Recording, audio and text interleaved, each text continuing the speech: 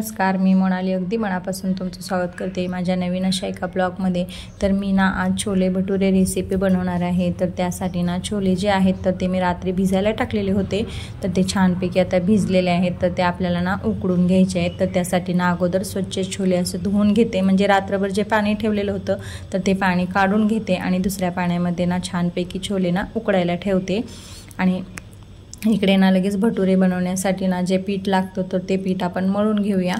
तर इकडे झाकण टाकून छोले उकडायला ठेवलेले आहेत आणि इकडे जे घेतलेलं आहे टोपल्यामध्ये तर ते पीठ घेतलेलं आहे गव्हाचं, आणि त्यामध्ये एक मोठी वाटी ना रवा टाकलेली आहे, जेणे का करून ना ते भटुरे जे आहेत तर ते छान असे कडकसुद्धा होतील आणि फुलतीलसुद्धा। तर त्यामुळे 1 तास आपल्याला भिजायला ठेवायचं आहे जे पीठ मळलेलं आहे ते।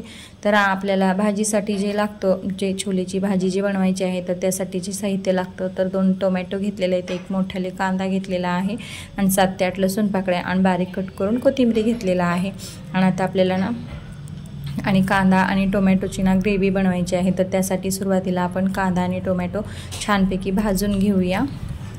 जे आपल्याला छोलेची भाजी बनवायची आहे तर त्यासाठी ग्रेव्ही बनवण्यासाठी आपण ना कांदा आणि टोमॅटो मस्तपैकी भाजून घेऊया।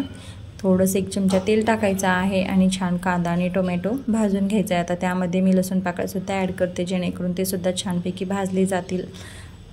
त्यामुळे जर चॅनेलवर नवीन असाल तर चॅनेलला नक्की सबस्क्राईब करा।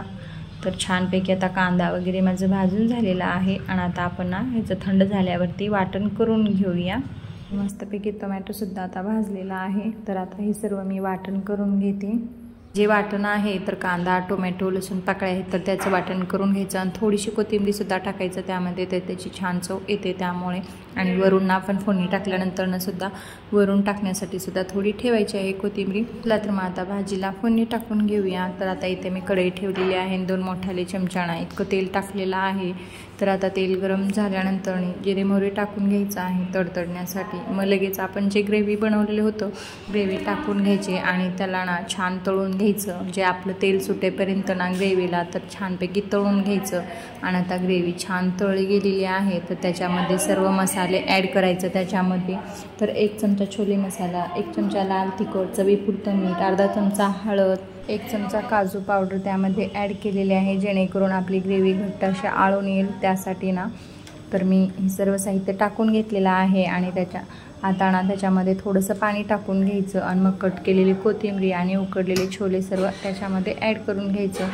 आणि पाणी गरमच टाकायचं आहे, थंड पाणी टाकायचं नाही आहे। तर मी गरम करून घेतलेलं आहे पाणी, तर तेच ना मी टाकून घेतलेलं आहे। आणि तुम्ही पाहू शकता मी जे ग्रेव्ही बनवलेलं होतं तर त्याला छान असं तेल सुटलेलं आहे। आणि आता थोडंसं मी त्यामध्ये पाणी टाकून घेतलेलं आहे आणि जे आपले उकडलेले छोले आहेत तर ते सुद्धा टाकून घ्यायचे आणि कट केलेली कोथिंबीर सर्व त्याच्यामध्ये मी ॲड केलेली आहे। आणि आपल्याला लागेल जितपत पाणी आपण त्यामध्ये ॲड करू शकतो, आपल्याला जेवढं म्हणजे ग्रेव्ही बनवायची आहे तेवढं आपण पाणी त्याच्यामध्ये ॲड करू शकतो। तर इकडे ना मी गॅसवरती कढई येण्यासाठी ठेवलेला आहे आणि इकडे लगेच पुऱ्या बनवून घेणार आहे। आणि छानपैकी आता पीठ भिजलेलं आहे आणि थोडंसं तेलाचं हात लावून छान पीठ मऊ करून घेतलेलं आहे। आणि इकडे लगेच छान छोट्या छोट्या अशा पुऱ्यांना मी लाटून घेते आणि थोड्याशा पुऱ्यांना जाडशा ठेवायच्या आहेत, जास्तीच्या म्हणजे पातळ नाही करायचे, जेणेकरून ते फुगणार नाहीत त्याच्यामुळे। तर मस्तपैकी इकडे लाटून घेतलेले त्यांना ते तेलसुद्धा आपलं गरम झालेलं आहे। तर एक असे पुऱ्या करून ना मस्तपैकी आपण तळून घ्यायच्या। तर भटुरे हे मैद्याच्या पिठाचे केले जातात, तर मी ना गव्हाचे पिठाचे बनवलेले आहेत आणि त्यात थोडासा रवा ॲड केलेला आहे, कारण लहान मुलं आहेत, जास्त मैद्याचे पदार्थ मुलांसाठी सुद्धा म्हणजे तब्येतसाठी छान नाही आहे। त्यामुळे ना मी तर इथे ना गव्हाच्या अशा आणि रवा घालून पुऱ्या छान बनवलेल्या आहेत भटुरे म्हणून। तर ही माझी छोले भटुरीची रेसिपी रेडी आहे।